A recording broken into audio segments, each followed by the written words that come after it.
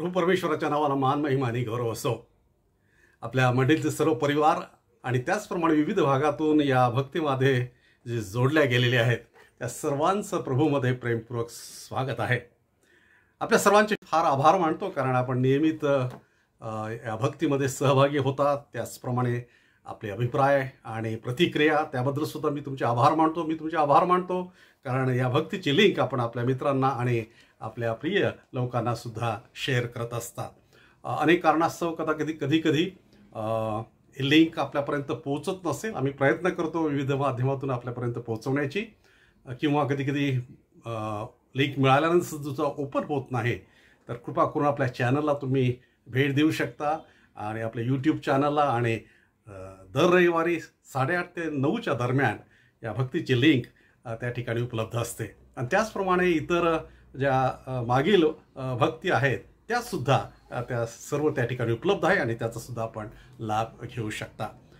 मी आपले आभार मानतो आपल्या प्रार्थनेच्या जो सपोर्ट आहे त्याबद्दल सुद्धा.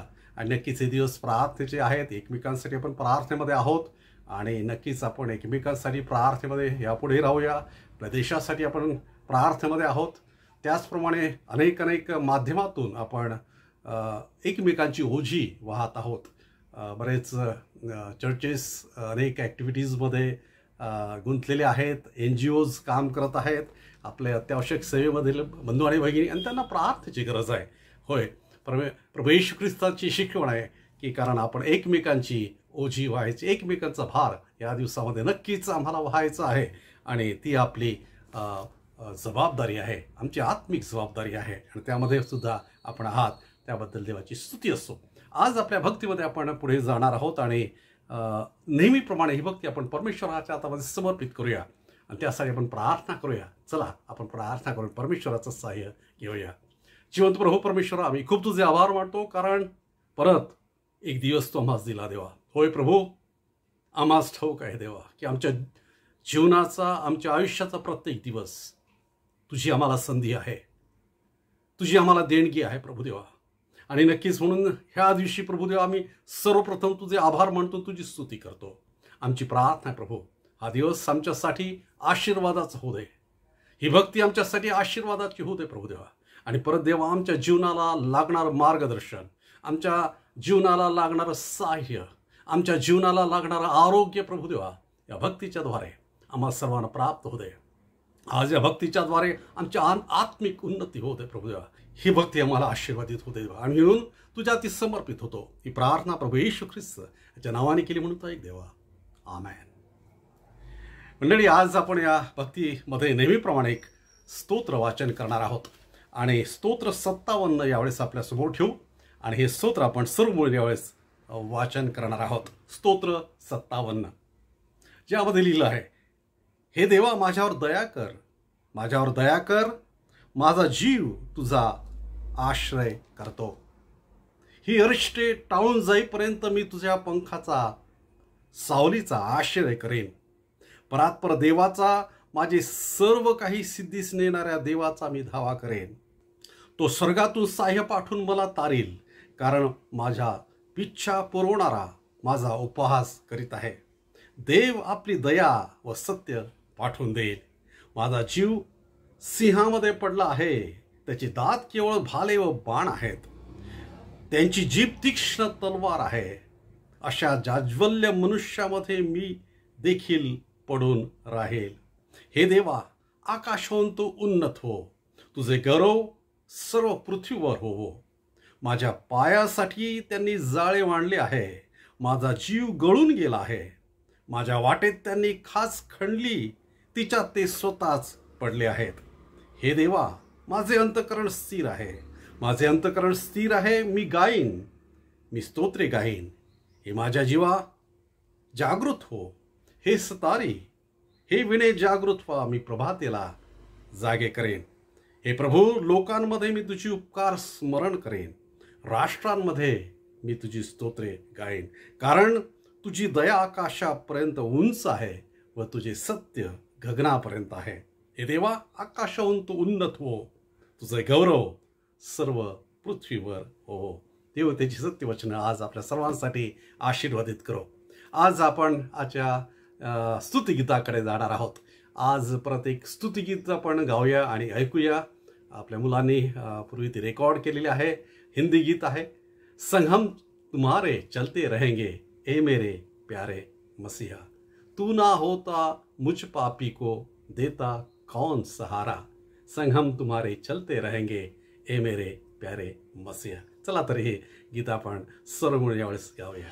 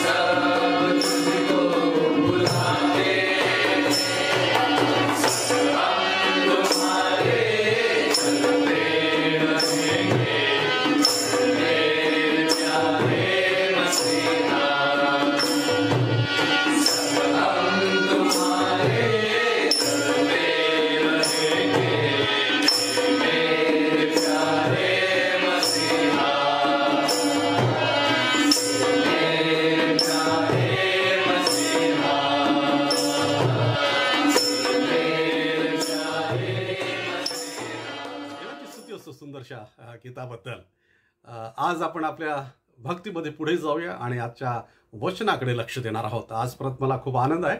आपले ज्येष्ठ बाळासाहेब डॉक्टर रेव्हरेंड प्रबोध दघमकर हे आज आपल्याकडे देवाचं वचन घेऊन येत आहे. आपलं लक्ष यावेळेस आपण देवाच्या वचनाकडे लावूया.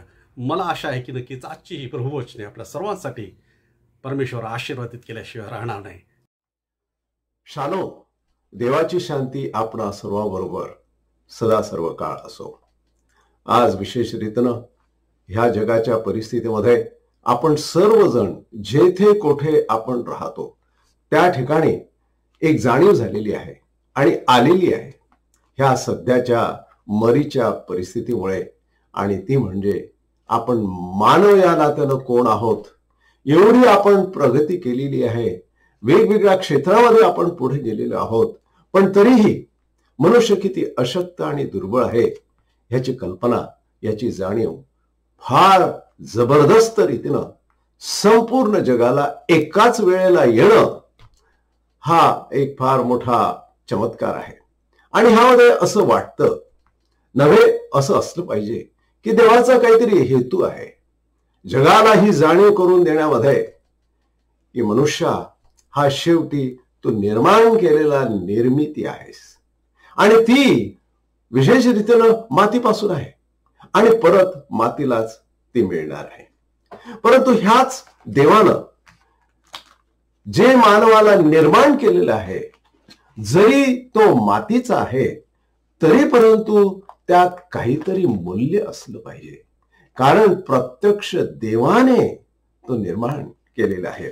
आणि त्या बाबतीत पवित्र शास्त्र बायबल ह्या ग्रंथामध्ये एक सुंदर उल्लेख आलेला आहे आणि तो उल्लेख आहे विशेष रीतीनं यशायाचा ग्रंथ अध्याय 43 आणि पहिल्या वचनाला मी यावेळेस वाचतो आणि त्यानंतर मग काही वचन सुद्धा त्याच अध्यायातली आपण पाहणार आहोत. पहिलं वचन असं म्हणतं की तरी आता हे याकोबा तुझा उत्पन्न करता आणि हे इस्रायला तुझा निर्माण करता परमेश्वर असे म्हणतो, भिवू नको, कारण मी तुला सोडवले आहे, मी तुला तुझ्या नावाने हाक मारली आहे, तू माझा आहेस. पुढे चौथं वचन तर अत्यंत सुंदर आहे. तू माझ्या दृष्टीने अमोल आहेस, तू मोठ्या योग्यतेचा आहेस व मी तुझवर प्रेम करीतो, म्हणून तुझबद्दल तुझ्या जीवाबद्दल मनुष्य राष्ट्रे मी देईन. भिवू नको, कारण मी तुझ बरोबर आहे. काय सुंदर अभिवचन दिलेलं आहे. हो, मानवाला आठवण झाली आज की आपण कोण आहोत, किती दुर्बळ, अशक्त, क्षणभंगूर आहोत. परंतु ज्या देवाने तुम्हाला आणि मला निर्माण केलेलं आहे तो असं म्हणतो की आपण प्रत्येक जण, प्रत्येक व्यक्ती त्याच्या दृष्टिकोनातून हा अमोल आहोत. हे जे मातीचं पात्र आहे हेच पात्र अमोल पात्र आहे असं ह्या ठिकाणी त्याच्या शब्दात आपण वाचू शकतो. देवाने निर्माण केलेला प्रत्येक मनुष्य हा अमोल मग का आहे? ज्या अर्थी देव म्हणतो की तुम्ही मोलाचे आहात, तुम्हाला किंमत आहे आणि देवाच्या दृष्टिकोनातून आपण प्रत्येक मनुष्य जर महत्वाचे आहोत, अमोल आहोत, किमतीवान आहोत, काय देवाला म्हणायचं आहे? आणि तो का असं म्हणतो? आपल्या प्रत्येकाच्यासाठी ते अभिवचन आहे, पण का? त्याचं पहिलं कारण आपल्याला असं दिसतं आणि ते आपण पाहिलेले आहे. तो असं पहिल्याच वचनामध्ये असं म्हटलेलं आहे की हे याकोबा तुझा उत्पन्न करता, तुझा निर्माण करता परमेश्वर असे म्हणतो. तुम्हाला माहित आहे की प्रत्येक मानवाला मौल्य आहे, किंमत आहे.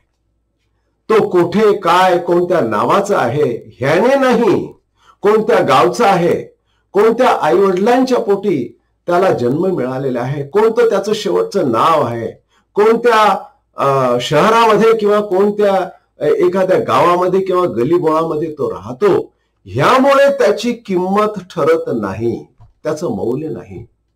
पहिली आणि महत्वाची किंमत प्रत्येक माणसाला जी आहे, आपण एक मूल्यवान पात्र आहोत. त्याचं मूळ कारण असं ह्या ठिकाणी असं म्हणतो की परमेश्वराने प्रत्येकाला निर्माण केलेलं आहे. परमेश्वराची आपण निर्मिती आहोत आणि ज्या अर्थी देवाचीच निर्मिती आहोत, तर त्यामुळेच, त्या कारणामुळेच मानवाला एक विशेष अशी किंमत मिळालेली आहे आणि आलेली आहे. आपण त्या अगोदरही पाहिलेले आहे गेल्या वेळेला इर्मयाच्या पुस्तकामध्ये 18व्या अध्यायामध्ये इर्मया संदेशकारा ह्या इस्रायल राष्ट्राच्या बाबतीत देव म्हणाला की कुंभाराच्या घरी जा आणि कुंभाराच्या हातातील जे पात्र आहे किंवा जी माती आहे तसा तू आहेस, तू माझ्या हातातली माती आहेस. म्हणजेच असा अर्थ की आपल्या प्रत्येकाला घडवणारा, आकार देणारा हा परमेश्वर आहे आणि त्यामुळेच आपल्या ह्या पात्राला, आपल्या ह्या जीवनाला फार मोठी किंमत आलेली आहे. आपण देवाची निर्मिती आहोत ह्या वाक्याला फार मोठा अर्थ त्यामुळे आलेला आहे. जर ही देवाची निर्मिती नसती, फक्त निसर्गानेच आपल्याला हा जन्म दिला असता किंवा निसर्गानेच आपल्याला असं घडवून आणलं असतं, तर मग मात्र ह्याची किंमत कशी मोजावी हा एक प्रश्नच आपल्या समोर राहिला असता. किंबहुना आपल्या कर्मकांडांनी आपल्याला जर हा जन्म मिळाला किंवा आपल्याला हा जो जीवनाचा भाग आहे, जीवनातले काही भाग आहेत जे मिळाले, कोणी श्रीमंत तर कोणी गरीब, कोणी चांगल्या आरोग्याचा आहे, कोणाला गाता येतं वगैरे वगैरे, ह्या सर्व गोष्टी आपण जर पूर्वजन्मींच्या कर्मांना जर लावल्या तर मग मात्र हा जन्म जो मिळालेला आहे तो कर्मांनी किंवा जे काही आपल्या तकदीरामध्ये जे काही लिहिलं असेल त्यामुळे.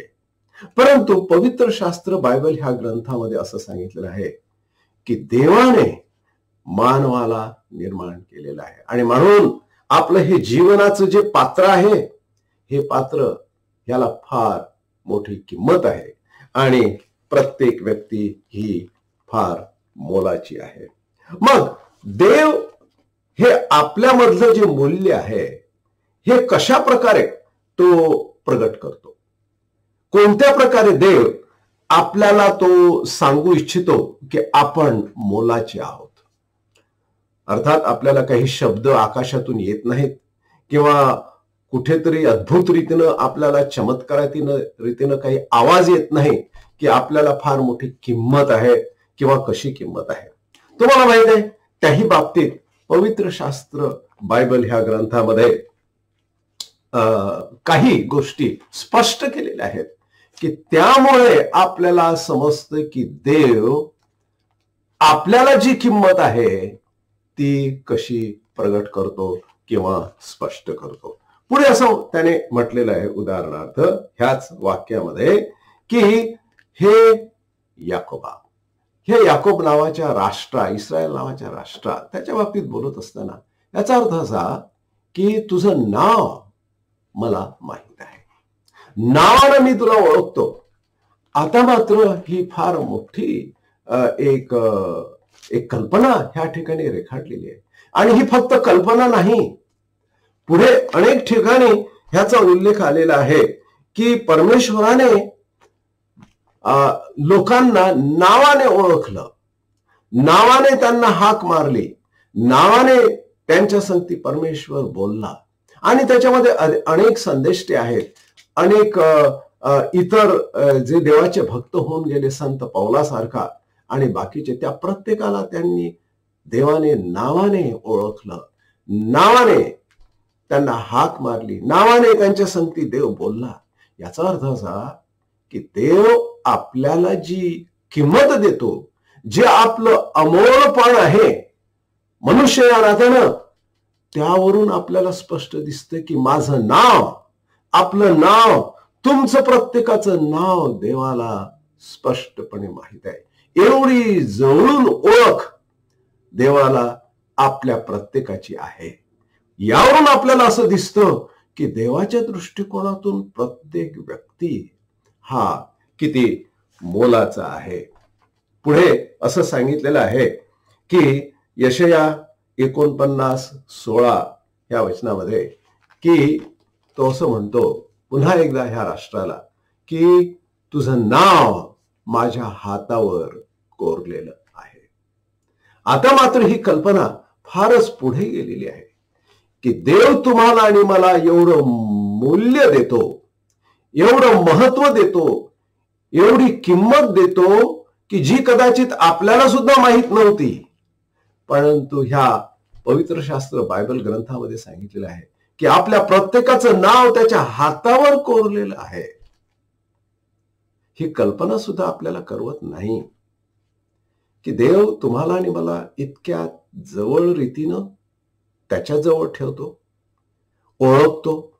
आपल्या सगळ्या जीवनाला तो इतक्या जवळून पाहू शकतो आणि इतकंच केवळ नव्हे, परंतु त्याप्रमाणे आपलं जीवनाचा मार्गदर्शन तो होतो, मार्गदर्शक होतो.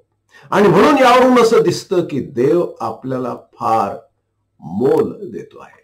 देवाच्या दृष्टिकोनातून मौल्याचं काय असेल ते म्हणजे मनुष्याचं जीवन आणि प्रत्येक मनुष्य.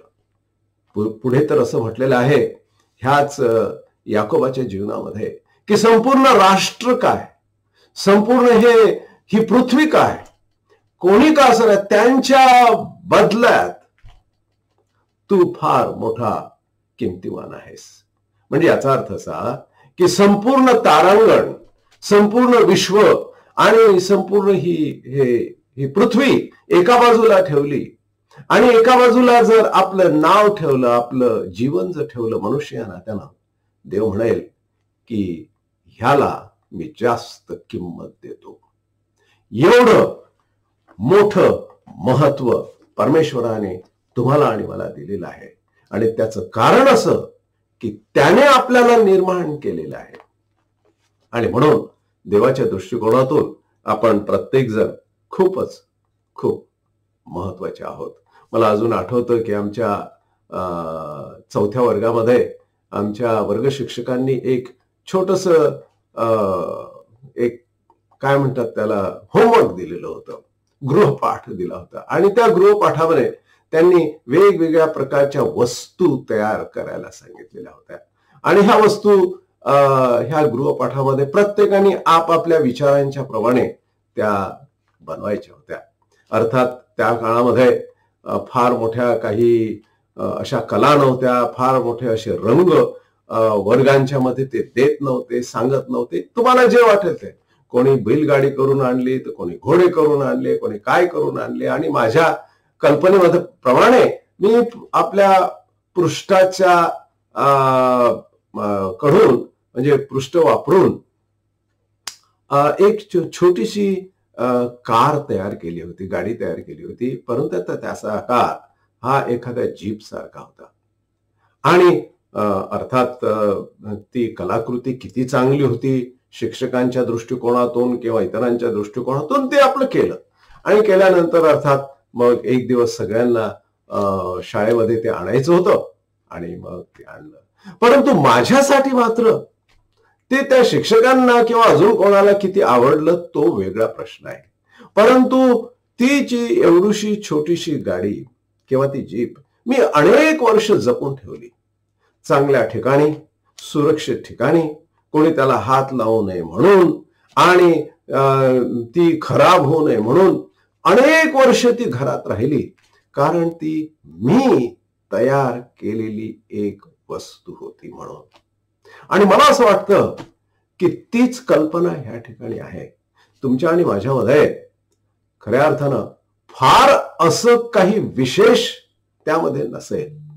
शेवटी आपण मातीपासून निर्माण केलेले आहोत. पण कोणी ते निर्माण केलेलं आहे? देवाने ज्यावेळेस आपल्याला एवढी मोठी किंमत दिली, एवढं मोल दिलं, त्याचं कारण असं की आपण त्याच्या हाताची निर्मिती आहोत. त्याने तुम्हाला आणि मला निर्माण केलेलं आहे. आणि म्हणूनच तुम्हाला आणि मला एवढी मोठी किंमत आहे. पुढे तर असं म्हटलेलं आहे यिर्मया 29:11 आणि 12 ही वचनं फार फार सुंदर आहे. त्यामध्ये असं म्हटलेलं आहे की तुमच्यासाठी, देव असं म्हणतो की तुमच्यासाठी माझ्याजवळ योग्य कल्पना आणि संकल्प आहेत आणि ते तुमच्या चांगल्यासाठी आणि तुमच्या भल्यासाठी आहेत. यावरून आपल्याला पुन्हा दिसतं की देवाच्या दृष्टिकोनातून तुम्ही आणि मी किती महत्वाचे आहोत. की आपल्या जीवनामध्ये ज्या योजना, कल्पना, विचार, संकल्पना ज्या आहेत त्या चांगल्यासाठी आहेत, त्या भल्यासाठी आहेत. कारण त्याच्या दृष्टिकोनातून आपण मोलाचे आहोत. मग अशा रीतीने तुम्हाला आणि मला त्याने मोलाचं पात्र हे बनवलेलं आहे. मग जर मोलाचं पात्र आपल्याला बनवलेलं आणि म्हटलेलं आहे तर त्याचबरोबर अजून एक गोष्ट आपल्या समोर आलेली आहे. ते मौल्य जे आहे ते आपण आपल्या जीवनाच्या द्वारे प्रगट करतो का? जगामध्ये वावरत असताना मला असं वाटतं की देवाची अशी इच्छा आहे की देवाने दिलेलं मूल्य किंवा जी किंमत आहे ती आपण जगात प्रगट करावी. आणि त्यामध्ये असं म्हटलेलं आहे 7व्या वचनामध्ये, ह्याच यशायाच्या 43व्या अध्यायामध्ये असं म्हटलंय, ज्यास माझे नाव ठेवले, ज्यास माझ्या गौरवासाठी उत्पन्न केले. हो, देवाने आपल्याला निर्माण केलं, आपल्याला किंमत आणि मौल्य दिलं. आपल्या जन्मामुळे नाही, नावामुळे नाही, शिक्षणामुळे नाही, किंवा घरदारामुळे किंवा श्रीमंतीमुळे किंवा कलागुणांच्यामुळे नाही, परंतु मुळात देवाने आपल्याला निर्माण केलं त्यामुळेच आलेली ही जी किंमत आहे. आणि त्या किंमतीच्या संदर्भामध्ये तो असं म्हणतो की माझा उद्देश सुद्धा मी त्यांच्यामध्ये टाकलेला आहे. किती तो आपण पूर्ण करतो ती वेगळी गोष्ट आहे, परंतु त्या उद्देशाच्या संदर्भामध्ये 7व्या वचनामध्ये असं म्हटलेलं आहे की ज्यास माझ्या गौरवासाठी मी उत्पन्न केलं. म्हणजे याचा अर्थ असा की आपल्या प्रत्येकाच्या जीवनातून, मग आपण काहीही असो, कोणी कदाचित इंजिनियर आहात, कोणी कदाचित शेतकरी आहात, कोणी अजून काही कामं करत आहात, मोठ्या शहरामध्ये असाल, तुम्ही काहीही करणारे असाल, देवाने जे काही आपल्याला कला गुण दिलीत ती कोणती का असेना, त्याद्वारे तो असं म्हणतो की माझ्या गौरवासाठी तुम्हाला निर्माण केलेलं आहे. देवाचं गौरव व्हावं म्हणून. मग ते होतं का? देवाला श्रेय जातं का? देवाच्या नावाला त्याचं पूर्ण श्रेय जाणं म्हणजे त्याचं गौरव होणं. आपल्या मानवाचं, आपलं स्वतःचं गौरव करणं म्हणजे तो गर्विष्ठपणा आहे. आणि देवाला मग दुय्यम स्थान आपण त्यामुळे देतो. ज्यावेळेस आपल्या सगळ्या गोष्टींचं श्रेय, आपलं घर असो, आपलं कुटुंब असो, आपलं यश असो किंवा आपलं अपयश असो, कधी कधी त्याच्यामध्ये देवाचा जर उद्देश आहे तर त्या ठिकाणी सुद्धा देवाचं गौरव झाल्याशिवाय राहणार नाही. पुढे असं म्हटलेलं आहे की 12व्या वचनामध्ये असं तो म्हणतो, मीच तारण विदित केले. अर्थात त्या अगोदर असं तो म्हणाला की तुम्ही माझे साक्षी आहात व मीच देव आहे असे परमेश्वर म्हणतो. फार महत्वाचा शब्द ह्या ठिकाणी आलेला आहे. देवाने आपल्याला निर्माण केलं, त्या निर्मितीमुळेच आपल्याला एक फार मोठं मौल्य दिलं. आणि त्यामध्ये तो असं म्हणतो की मग ह्या निर्मितीच्या द्वारे त्याच निर्मात्याचं गौरव होत असायला पाहिजे. आणि इतकंच केवळ नव्हे, परंतु तुम्ही माझे साक्षी आहात. साक्षी म्हणजे काय? साक्षी म्हणजे ज्यावेळेस आपण आपल्या जीवनातून विदित करतो, बोलण्यानं किंवा कृतीनं, की परमेश्वराने आमच्या जीवनामध्ये काय केलं, त्याचे उपकार आपण मानतो, उपकार प्रगट करतो, उपकार स्तुती करतो, विदित करतो, प्रगट करतो, त्यातून आपण परमेश्वराची साक्ष देतो. कोणत्या परमेश्वराची? त्या निर्मात्याची, ज्याने आपल्याला निर्माण केलं त्याची. म्हणजे आता ह्या ठिकाणी देवाने दिलेली किंमत, देवाने दिलेलं मौल्य, ह्याला एक उद्देश आहे. आणि तो उद्देश असा की आपण परमेश्वराचं गौरव करावं आणि त्याचबरोबर त्या बाबतीत आपण साक्ष म्हणून ह्या जगामध्ये जगावं. जर असं होत असेल तर मग मात्र आपल्याला पूर्णपणे आता कल्पना आली की आपण आपल्या ह्या जगामध्ये कशासाठी आहोत. पण पुष्कळदा काय असतं की मनुष्य प्राणी हा ह्या सर्व उद्देशांच्या उलट चालतो त्याच्या जीवनामध्ये. अर्थात उदाहरण द्यायचं झालं म्हणजे जसं आई वडील असतात आणि मग त्यांची मुलं असतात, त्यांची लेकरं मुलं मग मोठी होतात. मुलांना जी किंमत आहे ती आई वडिलांना कळते. मुलांची किंमत त्यांच्या शिक्षणाची, त्यांच्या श्रमाची वगैरे वगैरे किंमत. आणि ज्यावेळेस ही मुलं त्याप्रमाणे योग्य रीतीने योग्य रस्त्याने जातात, योग्य मार्गाला लागतात, त्यामुळे तर त्यांना त्यांची किंमत ही अधिकच वाटते. पण पुष्कळदा काय असतं की ज्यावेळेस मुलं ही अयोग्य मार्गाने जातात, इतकंच केवळ नव्हे परंतु चुकीच्या मार्गाने जातात, आणि इतकंच केवळ नव्हे तर कधी कधी वाईट मार्गाने, दुष्ट मार्गाने जातात. आणि तेच नेमकं ह्या लोकांच्या बाबतीत घडलं.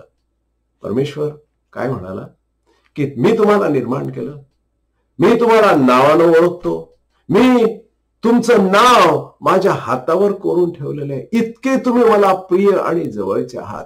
सगळ्या काही गोष्टी तुमच्या जीवनातील मला माहित आहेत, आणि तुमच्यासाठी माझ्याजवळ एक सुंदर योजना आहे, पुढे भविष्य आहे, संकल्पना आहे. आणि इतकं असून सुद्धा काय झालं की हे लोक, ही मंडळी परमेश्वराच्या उद्देशाच्या, योजनांच्या आणि शिक्षणाच्या विरुद्ध वागायला लागली. आणि ज्यावेळेस तसं झालं त्यावेळेस मात्र काय होतं, त्यावेळेस ज्याने आपल्याला निर्माण केलेलं आहे नक्कीच त्या देवाला आपण निराश करतो. नव्हे, आपण आपलंच मूल्य हे कमी करीत असतो. पुढे असं आपल्याला दिसतं की ह्या लोकांनी परमेश्वराच्या आज्ञांचा अवमान केला, आज्ञा मोडल्या, परमेश्वराला सोडलं, परमेश्वरापासून ते दूर गेले. इतकंच केवळ आहे, परंतु त्यांनी परमेश्वराला जे नको आहे, जे परमेश्वराने सांगितलं न करावं, त्याच्या अगदी विरुद्ध ते वागले. आणि त्या समाजामध्ये दुष्टाई, पाप अशा अनेक गोष्टी त्यांच्या जीवनामध्ये येत गेल्या. या ठिकाणी असं म्हटलेलं आहे की माझा शब्द त्यांनी ऐकला नाही, ते माझ्या शिक्षणापासून भटकलेत. पुढे असं म्हटलेलं आहे, हे सगळे शब्द यिर्मयाचा ग्रंथ अध्याय 3 ह्यामध्ये आलेले आहेत. पुढे 3 अध्यायामधील 21व्या वचनामध्ये असं सांगितलं आहे, कारण त्यांनी वाकडा मार्ग धरिला, ते आपला देव परमेश्वर यास विसरून गेले. जो जिवंत परमेश्वर, त्यांचा निर्माण करता परमेश्वर, एकच परमेश्वर, त्याच्या बाबतीत ते विसरून गेले आणि त्यांच्या मनाप्रमाणेच ते वागत गेले. ह्यालाच पाप म्हटलेलं आहे, ह्यालाच दुष्टपणा असं नाव ह्या ठिकाणी दिलेलं आहे. मग त्या लोकांचं मौल्य हे कमी झालं. मौल्य माणसाचं कशाने कमी होतं? देव ज्यावेळेस मनुष्य त्या लोकांना टाकून देतो, सोडून देतो, त्याच वेळेस माणसाचं मौल्य हे कमी होतं, कमी आणि कमी होतं. इतकंच केवळ नव्हे, माणसात आणि देवात एक मोठी दरी निर्माण होते, असं पवित्र शास्त्र आपल्याला सांगतो. या ठिकाणी असं म्हटलेलं आहे, ज्यावेळेस मनुष्य अशा प्रकारे वागतो, अशी दुष्टाई करतो. यिर्मया संदेष्टाने ह्या ठिकाणी 2 अध्यायामध्ये तर असं म्हटलेलं आहे, तुझीच दुष्टता तुला शासन करील, तुझीच धर्मभ्रष्टता तुला शिक्षा देईल. तर हे समजून घेऊन ध्यानात आण की परमेश्वर तो तुझा देव, त्याला तू सोडिले आणि तुला माझा धाक वाटत नाही, हे अनिष्टकारक व क्लेशदायक आहे, असे प्रभू परमेश्वर म्हणतो. तुम्हाला माहित आहे की ज्यावेळेस परमेश्वराची भीती लोकांना राहत नाही, दुष्टाईची भीती राहत नाही, त्यावेळेस परमेश्वर असं म्हणतो की तीच धर्मभ्रष्टता, तोच अधर्मपणा आणि तेच पाप तुम्हाला पूर्णपणे नाश करेल. याचा अर्थ असा की दुष्टाईने आणि पापाने मनुष्याचा नाश होतो. मनुष्याची किंमत इतक्याच रसातळाला ज्यावेळेस जाते, त्यांना किंमतच राहत नाही आणि शेवटी त्या पापामध्ये मनुष्य मरतो, असं देव प्रत्यक्ष ह्या ठिकाणी आपल्या सगळ्यांच्यासाठी जणू काय आज सांगतो आहे कारण हे सगळ्यांच्यासाठी तेवढंच सत्य आहे. याचा अर्थ असा की जर मनुष्य प्राणी देवापासून दूर गेला, लांब गेला, पापामध्ये फसला, तर त्याचा परिणाम झाल्याशिवाय राहणार नाही. कारण देवाच्यासाठी आपण फार किमतीचे आहोत आणि ती किंमत जर तशीच ठेवायची असेल, ते मौल्य जर टिकवायचं असेल, तर देवाची वाणी आणि देवाचं वचन ऐकणं हे महत्वाचं आहे. अजून एक वचन इर्मया संदेष्टाने ह्या लोकांना सांगितलं, ते म्हणजे अध्याय 31 आणि वचन 30 यामध्ये सांगितलेलं आहे. तर प्रत्येक मनुष्य आपल्याच दुष्कर्मामुळे मरेल. जो कोणी आंबट द्राक्षे खाईल त्याचेच दात आंबतील. माझी खात्री आहे की हे आपल्या सगळ्यांना फार परिचित आहेत. उन्हाळ्याच्या दिवसामध्ये आपण कधी कधी कैऱ्या खातो, त्याचप्रमाणे कधी कधी काही आंबट, चिवट, खारट ज्यावेळेस आपण खातो, विशेष रीतीने लिंबूचं पाणी किंवा लिंबू ज्यावेळेस जास्त हे खारट किंवा आंबट असतं, त्यावेळेस आपले दात हे आंबतात. ही आपली म्हण आहे सगळीकडे. म्हणजे याचा अर्थ असा की जे आपण खातो, जे आपण कृती करतो, त्याचा परिणाम हा आपल्यावरच होतो. म्हणजे आपण आंबट खायचं, दुसऱ्याचे दात हे आंबायचे असं कधी होत नाही. जो कोणी आंबट द्राक्षे खाईल त्याचेच दात आंबतील, असं वाक्य आपल्या सगळ्यांना कदाचित वाचनात आलेलं असेल. याचा अर्थ असा की सर्व लोक ह्या जुन्या करारामध्ये देवाच्या पासून दूर गेले, दुष्टाईमध्ये गेले आणि वेगवेगळ्या प्रकारच्या पापामध्ये ते फसले, याचा अर्थ असा की त्यांच्यावर नक्कीच दंड आणि शासन आल्याशिवाय राहणार नाही. मंडळी, जर तसं जर आहे तर आपण सर्वांनीच आपल्या जीवनामध्ये कुठेतरी देवापासून आपण दूर गेल्याची आठवण येत असेल. नव्हे आपणच त्यात आहोत, आपला जन्मच त्यात झालेला आहे. सर्वांनी पाप केलेलं आहे, देवाच्या गौरवापासून ते गेलेले आहेत, असं देवाचं वाक्य आहे. आणि म्हणून मग याचा अर्थ असा की आपल्या सर्वांना आता परमेश्वराच्या जवळ यावं लागेल, यायचंच आहे. मग अर्थात आपण आपल्या त्या पूर्व कर्मांचा, दुष्कर्मांचा, पापाचा एक शब्द आपल्याकडे आहे, त्याचा तोबा करणं. म्हणजे काय? ते पदरी घेणं, ते स्वीकारणं, त्या बाबतीत क्षमा मागणं परमेश्वराला, आणि मग प्रभू येशू ख्रिस्ताला क्षमा मागून त्याचा स्वीकार करणं. आणि ज्यावेळेस आपण विश्वास ठेवतो की देवाने माझी पूर्ण क्षमा केलेली आहे, माझा स्वीकार केलेला आहे, विश्वासानं ते स्वीकारणं, त्यालाच म्हटलेलं आहे तारण. आणि मग त्यालाच म्हटलेलं आहे आपल्याला पूर्णपणे सार्वकालिक जीवनाचं अभिवचन देवाने देऊ केलेलं आहे. आज आपण आपल्या जीवनाचं थोडंसं परीक्षण करूया. हो, देवाने आपल्याला निर्माण केलं आणि देवाने निर्माण केलं म्हणून आपण एक मोलाचे व्यक्ती, मोलाचे पात्र झालेलो आहोत. देवाच्या हातात आहोत, देवाच्या हातात कोरलेले आहोत. इतकं देवाचं लक्ष आणि काळजी देवाची आपल्या सगळ्यांना आहे. देवाची प्रीती आपल्यावर आहे.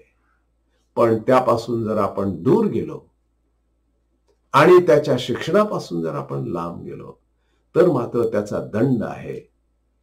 आणि तो दंड म्हणजे सार्वकालिक नरक. पण त्यापासून बचाव, त्यापासून मुक्ती आहे. आणि ती मुक्ती प्रभू येशू ख्रिस्ताच्या नावात आहे. आणि तो आपल्या सर्वांचा मुक्तीदाता आहे. या जर आपण आपल्या जीवनामध्ये आठवलं तर आपल्याला यावंच लागेल. त्याची क्षमा स्वीकारा आणि त्याला म्हणा की हे प्रभू, तू माझा उद्धार करता, तारण करता हो, आणि माझं जीवन हे मी तुला आज समर्पित करतो. देव करो आपल्या सर्वांना त्याचं गौरव करण्यासाठी शक्ती, सहाय्य आणि मार्गदर्शन करो. शालोम. देवाची स्तुती असो सुंदरशा त्याच्या वचनाबद्दल. आणि मी परत आभार मानतो रेव्हरंड डॉक्टर प्रमोद घमकर यांचे, कारण वेळोवेळी ते आपल्यामध्ये वचन सेवा करतात आणि देवाच्या वचनातून आपलं मार्गदर्शन करत असतात. आज आपण आपल्या भक्तीमध्ये पुढे जाणार आहोत आणि आजची ही प्रार्थना आपण परमेश्वराला सादर करणार आहोत. परमेश्वराच्या साह्याची आपल्याला गरज आहे आणि त्याचं साह्य आपल्याला त्याच्या प्रार्थनेतून मिळतं. जेव्हा आपण त्याचा धावा करतो तो साह्य करण्यास सदा सिद्ध असतो. आज आपल्याकडे काही उपकार स्तुतीचा सुद्धा विषय आहे आणि म्हणून आज त्याची आपण स्तुती करणार आहोत. आपण प्रार्थनेमध्ये होतो संजय वळवी यांच्या आईंच्यासाठी आणि ते कळवतात की त्यांच्या आईंना आता परमेश्वराने आरोग्य दिलं आहे, ते आता घरी आलेले आहेत, त्याबद्दल देवाची स्तुती असो. आपण प्रार्थनेमध्ये होतो मृत्युजा यांच्या आईंच्यासाठी आणि त्यांना परमेश्वराने आरोग्य दिलेलं आहे आणि यापुढे सुद्धा पूर्ण आरोग्य त्यांना द्यावं म्हणून आपण त्याच्यासाठी देवाची स्तुती करूया. अमोल चव्हाण यांना पण आरोग्य मिळालं आहे, त्याबद्दल देवाची स्तुती असो. विलास जगताप यांना सुद्धा देवाने आरोग्य दिलं आहे, त्याबद्दल देवाची स्तुती असो. राणीचा भाऊ चंदन याला सुद्धा परमेश्वराने आरोग्य दिलेलं आहे, देत आहे आणि त्याबद्दल सुद्धा देवाची स्तुती असो. आज आपण काही प्रार्थना परमेश्वराला सादर करणार आहोत. विपिनचे मामा आहेत लालू गावित, त्यांना आरोग्याची गरज आहे. त्याचप्रमाणे त्याच्या मावशी आहेत, त्यांनासुद्धा आरोग्याची गरज आहे, त्यांच्यासाठी आपण प्रार्थना करणार आहोत. त्याचप्रमाणे कविता साळवी यांच्या मैत्रीण आहेत आणि त्यांचं नाव पल्लवी आहे, त्यांच्यासाठी आपण प्रार्थना करणार आहोत. त्यांना साह्याची गरज आहे. त्यांचे कौटुंबिक जे काही प्रश्न आहेत त्यांच्यासाठी, त्यांची मुलगी पवित्रा हिच्यासाठी सुद्धा आपण प्रार्थना करणार आहोत. त्याचप्रमाणे आपण प्रार्थना करणार आहोत, परमेश्वराचं साह्य मागणार आहोत. आपल्या मंडळीतील मुली कुपर हॉस्पिटलमधल्या आहेत आणि त्यांना मागील सप्ताहामध्ये इन्फेक्शन झाल्यामुळे ॲडमिट करावं लागलं. त्यामध्ये मित्तल आहे, श्रेया आहे, प्रीती आहेत. ह्या मुली सध्या ॲडमिट आहेत कुपर हॉस्पिटलमध्ये. त्याचप्रमाणे त्या ठिकाणी त्या रुग्णसेवा पण करत आहेत आणि त्यांच्यासाठी आपण विशेष प्रार्थना करणार आहोत. त्यांच्या आरोग्यासाठी आपण प्रार्थना करणार आहोत. पास्टर प्रमोद माऊची यांच्यासाठी, त्यांना आज आरोग्याची गरज आहे, त्यांच्यासाठी आपण प्रार्थना करूया. उमा जाधव या बहिणीसाठी आपण प्रार्थना करूया आणि त्या परमेश्वराचं सहाय्य आपण मागणार आहोत. एंजल याच्यासाठी आपण प्रार्थना करूया. त्याला अजून काही त्रास आहेत आणि डोकादुखीचा त्रास आहे. तो कोविड पॉझिटिव्ह होता, पण परमेश्वराने त्याला आरोग्य दिलं आहे आणि जो काही त्रास त्याच्यानंतर त्याला आहे त्यासाठी आपण परमेश्वराचं आरोग्य मागणार आहोत. विजय गोडसे आपले डोंबिवलीचे बंधू, त्यांच्यासाठी सुद्धा प्रार्थना करणार आहोत, त्यांना सहाय्याची गरज आहे. आपण परत देवाची स्तुती करूया, कारण मागील सप्ताहामध्ये ज्यांचे वाढदिवस झाले आहेत आणि काही कुटुंबाला परमेश्वराने त्यांचे लग्नाचे वाढदिवस त्यांना मिळालेले आहेत. बालकृष्ण पवार या परिवाराच्यासाठी लग्नाचा वाढदिवस त्यांचा होता, त्याच्यासाठी विशेष देवाची स्तुती करूया. त्याचप्रमाणे जगताप परिवार यांचासुद्धा लग्नाचा वाढदिवस होता आणि परमेश्वराने त्यांना यापुढे सुद्धा सुखी निरोगी ठेवा, त्यासाठी पण प्रार्थना करणार आहोत. काही सांत्वनाच्या गरजा आहेत. निलेश वळवी यांच्या परिवारामध्ये निधन झालेलं आहे, त्यांना सांत्वनाची गरज आहे. भारती अंगड ह्या प्रभूकडे गेलेल्या आहेत आणि त्यांच्या परिवाराच्यासाठी सुद्धा आपण सांत्वन मागणार आहोत. इसाईनगरमधील दिवाकर आहेत, त्यांचा मुलगा त्याचं निधन झालेलं आहे आणि या परिवाराला सुद्धा सांत्वनाची गरज आहे. आपण त्यांच्यासाठी सांत्वनाची प्रार्थना करणार आहोत.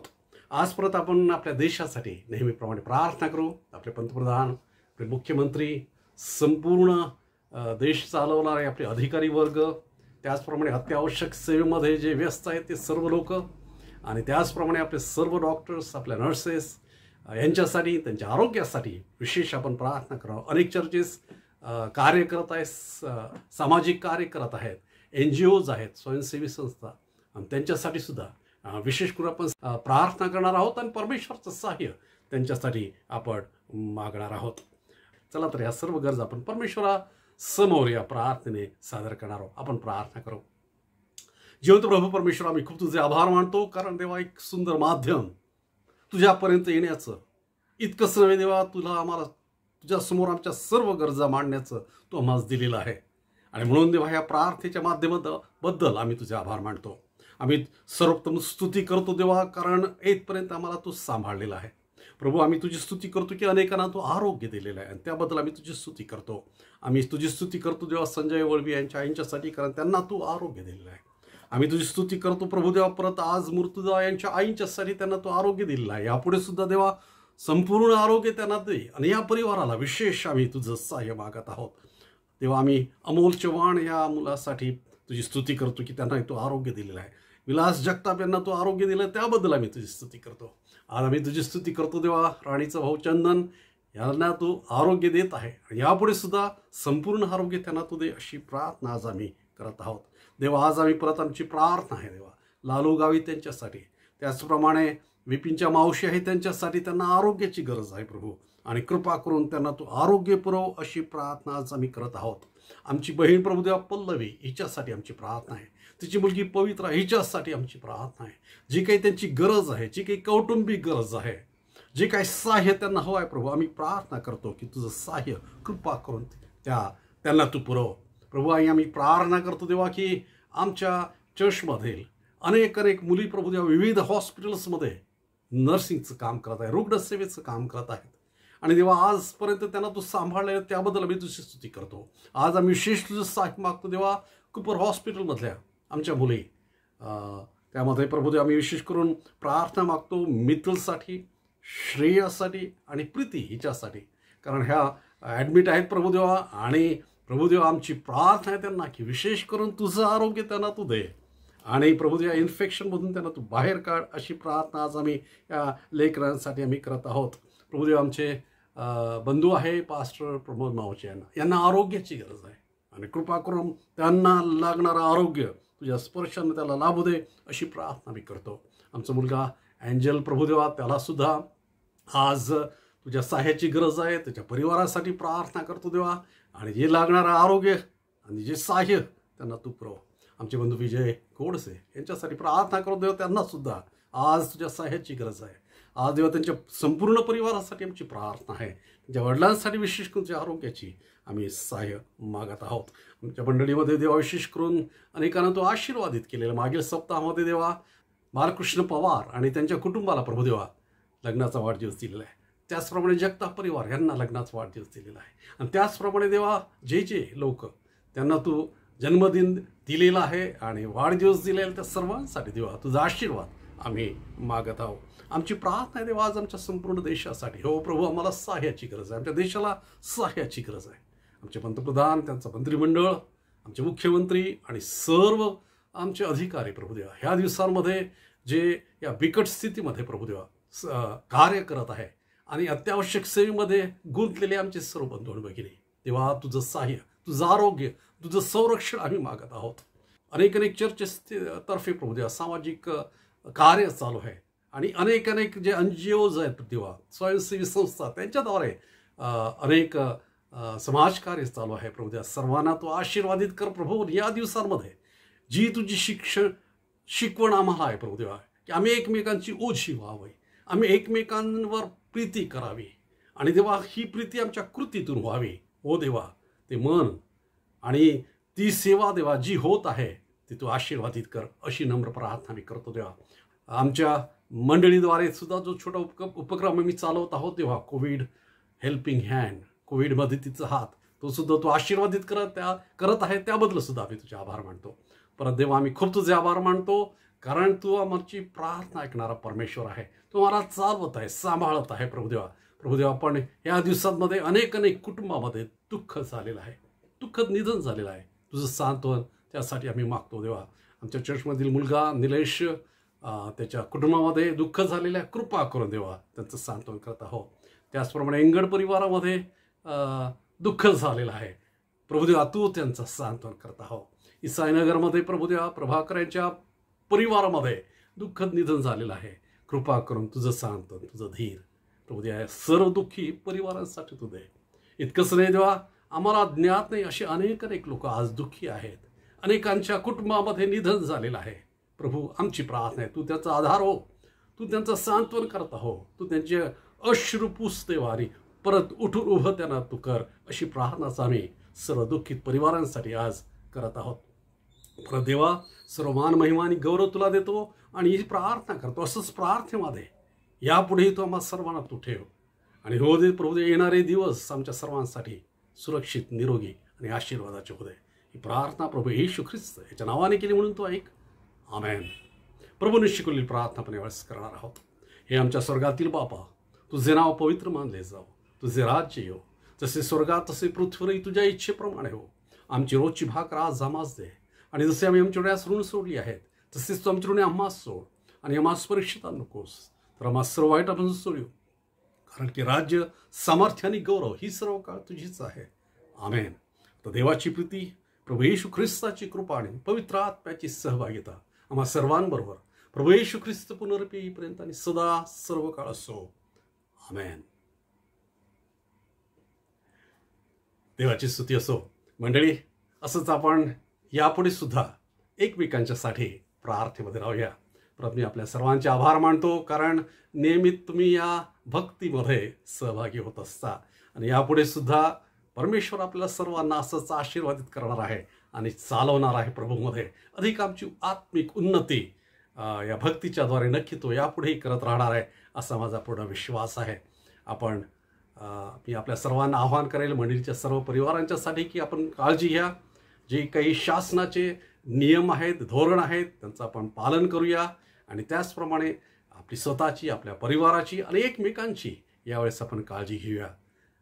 परमेश्वर आपल्याला सुरक्षित ठेवो. परमेश्वर आपल्याला आशीर्वादित करो.